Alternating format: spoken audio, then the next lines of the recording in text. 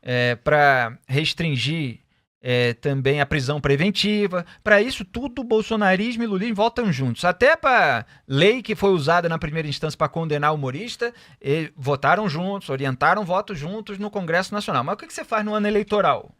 Uma candidatura bolsonarista. Fala assim, vamos acabar com a maioridade penal, vamos reduzir a maioridade penal. Aí você vai ver a tramitação legislativa da redução da maioridade penal. Eu acompanho isso há anos, porque eu cobri a discussão na Câmara dos Deputados em 2015, como colunista, e escrevi um monte de artigos sobre aquilo. Então, em 2015, nós estamos em 2026, tem 11 anos. Enchendo o saco dos caras um tempão já, né, Tem Felipe? 11 anos. 11 anos que foi aprovada a redução da maioridade penal para determinados crimes. Você tem uma lista ali, teve toda uma discussão, para esse crime sim, para esse crime não, e tal. Saiu uma listinha, foi aprovada na Câmara dos Deputados. E o Senado é que precisa votar a redução da maioridade penal. Você viu o governo Bolsonaro fazendo pressão para votar no Senado? Você já viu o Flávio Bolsonaro, que é um senador? Ele atua no Senado, onde está atuando para reduzir a maioridade penal ao longo de todos esses anos?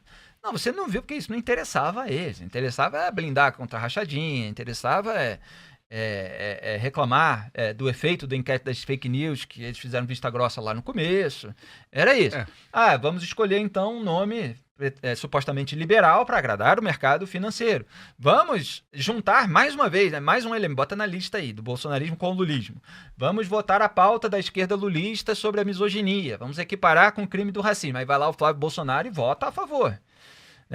Não vota na prorrogação da CPI do crime organizado, não bota o nome. Então você traz alguns elementos para fazer um embate ideológico. Perfeito. Nós somos a favor do endurecimento no combate ao crime organizado. Lá na CPI é uma nulidade, né? De quem que a gente está falando hoje? Do relator Alessandro Vieira. Relator, aliás, para fazer uma outra comparação, o Bolsonaro odeia, vai falar no comentário, o Felipe isso, aqui, mas são fatos objetivos, eu estou listando.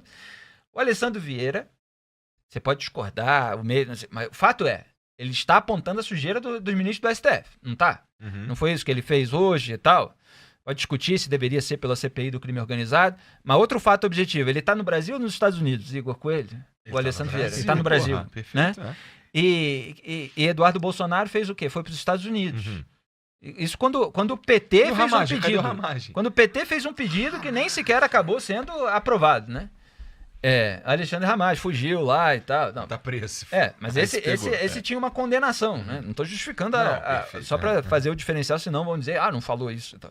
Mas o Eduardo não. O Eduardo tinha um pedido do PT de prisão, desse que o Lindbergh faz todo dia no STF, que não tinha mérito nenhum aquele pedido, eu falei, não tinha e tal. E o PGR acabou arquivando, mas só depois que o Eduardo estava lá, e deu margem para toda uma discussão. Ele podia ter ficado aqui. Fazendo o que o Alessandro Vieira está fazendo. Mas é um Bolsonaro, né? Parece que tem uma diferença, assim, né? O Alessandro Vieira, ele pode. Você viu aí, Gilmar ameaçando de a PGR investigar, o Toffoli falando que ele tem que ser caçado. O cara tá no Brasil, enfrentando. Ele pode ser retaliado, ele pode ser alvo, mas ele tá tendo uma atitude corajosa. E o bolsonarismo... Cadê essa virilidade da qual eles tanto falam, que eles tanto usam, né? Eles são os valentões, etc. Mas aliás, Jair Bolsonaro pegou o voo lá para Orlando, né? Na véspera de acabar o mandato dele, com medo de ser alvo de uma operação, quando perdesse o foro privilegiado. 30 de dezembro. Pois então assim, você pergunta, cadê? Você estava perguntando, né? E o Lula e o Flávio Bolsonaro, que são os candidatos, etc., não estão falando sobre o escândalo Master. Então, de um lado, você tem a omissão absoluta do bolsonarismo e uma covardia muito grande, que eu estou mostrando aqui com exemplos, e do outro lado, você tem a blindagem do STF com manobras do governo para trocar membros da CPI, nessa aliança que se formou entre o Lula e o centrão do STF, que o Lula reforçou com o Flávio Dino, com o Cristiano Zanin, e quer reforçar ainda mais agora com o Jorge Messias, que está sendo disputado lá. O Gilmar adula, aí do outro lado o André Mendonça adula, não vem pro meu time, não vem pro outro time. Então, assim, os dois principais candidatos, isso é uma coisa grave do país, né? A pessoa vota em quem quiser, tem gente que vai votar no Lula, tem gente que vai votar no Flávio Bolsonaro, tem gente que vai votar em outros candidatos, mas eu tenho que mostrar a realidade. E a realidade é grave. São os dois líderes da corrida eleitoral, que são pessoas que blindam a casta do sistema. Elas têm alguma implicância, às vezes, com uma, como o lulismo tem com o André Mendonça. O bolsonarismo tem com o Alexandre de Moraes. É uma pessoa. Uhum. Mas eles querem uma casta pra chamar de sua. Vamos viajar um pouquinho aqui no seguinte. Cara, tu falou uma parada. Tu mencionou o sistema, tá? Uhum. Ó, olhando tudo isso que tá acontecendo, cara, eu fico pensando. A tua fala, inclusive, tem a ver com o que eu vou dizer agora. Tem um ali falando, ó, virilidade no bolsonarismo. KKKK. Aí não diz que é um imbrochável. Cara, se diverte, tá vendo? Ó, mas se liga. A gente tem uma classe política que se une em todas as matérias que não são ideológicas. Quase isso. Tirando as matérias ideológicas, que é o que realmente diferencia os caras, em alguma medida, pelo menos na narrativa, o resto, os caras votam junto no que interessa a eles pra se protegerem. Isso a gente sabe, a gente consegue olhar, é um fato, né? A minha questão é a seguinte, eu não acho que esses caras são tão inteligentes quanto a gente acha que eles são. Eu quero dizer com isso que parte dessa conduta é o que me parece ser o sistema. O sistema, ele é o que rege as atitudes das pessoas. O cara que chega lá, ninguém fala pra ele como é que... Por exemplo, o cara que entra... Puta, se eu não vou falar isso, não vou dar exemplo, senão eu vou me fuder quando eu chegar lá no Rio. Mas, o cara que chega lá... Tá com medo da retaliação dos parça. Tem uns amigos lá que, né, dependendo... Mas... Eu não vou usar... Deixa quieto. É difícil. Peraí. Não, você vai lembrar, acontece comigo o tempo todo. Bom, imagina o seguinte... O cara vai chegar pra enfrentar o sistema. Então, imagina o seguinte, o cara ele é sangue novo, chegou lá.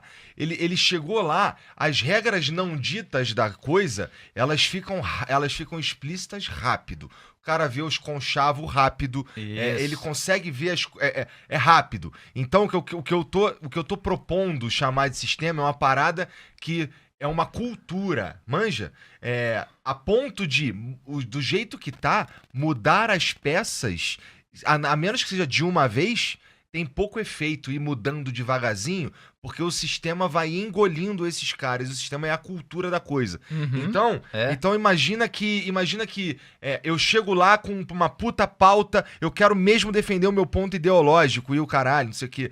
E isso se encaixa perfeitamente no que o sistema espera de você, que você usa essa narrativa pra você, inclusive, se manter ali, porque isso funciona, né? À medida que toda vez que tem gente que tá lá... Bom, o próprio Jair Bolsonaro foi eleito e reeleito muitas vezes, falando mais ou menos a mesma coisa, né?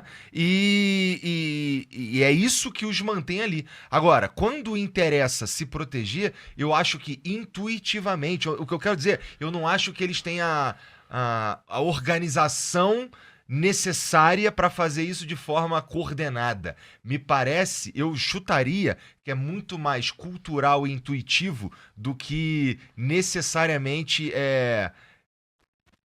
estratégico, pelo menos para os caras que estão chegando novo. Aqui eu não tô falando de PT, tá? Aqui eu não tô falando de Kassab, que são os caras que já entenderam e são a fonte dessa cultura, entendeu? Mas o cara, se eu chegar lá, eu imagino que eu vou entender rápido qual é e, porra, fazer uma escolha. Quero ficar ali e tô no poder, tem uma parada, ou saio fora. Isso é só uma viagem minha, tá? E quando chega um novato lá, cheio de ideias, cheio de propostas, e romanticamente imaginando que ele finalmente vai contribuir para melhorar o Brasil. Viva o romântico. Viva o romântico. A hora que ele chega lá, que ele para os caras, o cara